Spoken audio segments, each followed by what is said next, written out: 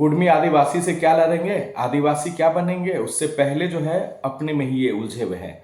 अब एक जयराम महतो हैं, उन्होंने सीधे सीधे तौर पर सुदेश महतो पर जो इल्जाम लगाए हैं और जो सवाल पूछे हैं, उस सवाल में इल्जाम है।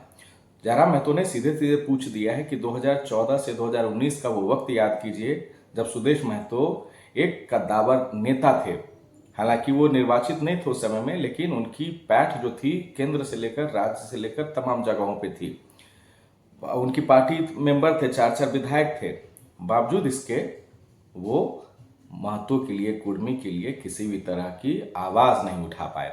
और उसी दौरान मुख्यमंत्री थे रघुवर दास, तेली समाज से आते हैं, और वो देखिए किस तरह उन्होंने BC2 से BC1 में लेके आए।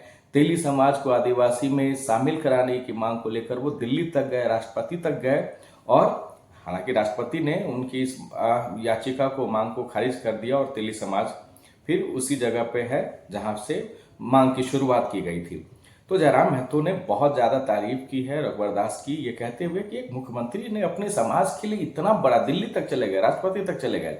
लेकिन सुदेश महतो भी एक पावरफुल थे उस समय में, लेकिन कुर्मी के लिए उन्होंने कोई आवाज नहीं उठाई।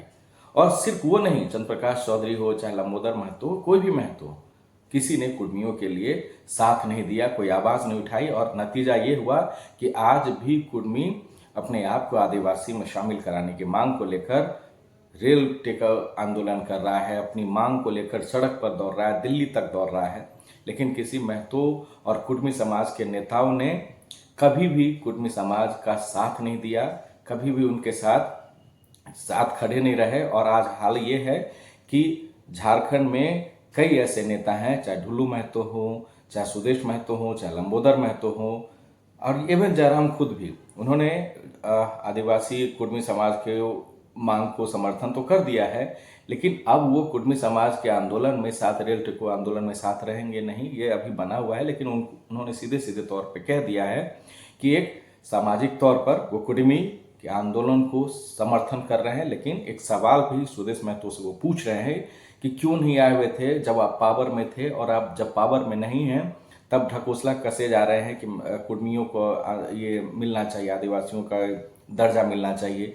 क्यों उस समय अगर आवाज उठा दिया रहते तो शायद ही उस समय ही 2014 से 2019 के बीच में ही कुर्मियों को आदिवासियों का दर्जा मिल गया होता, क्योंकि कई नेता उस समय में झारखंड में कद्दावर थे, पैठ थी उनकी राज्य सरकार में भी और केंद्र में भी, डबल इंजन की सरकार भी चल रही थी, लेकिन कोई पहल नहीं की गई सुदेश महतो की तरफ से, ना लंबोदर महतो की तरफ से। और आज जब ये मांग अपने आप में जोरदार तरीके से चल रही है तो एक ढकोसला कसा जा रहा है सुदेश महतो की तरफ से। ये क्यों?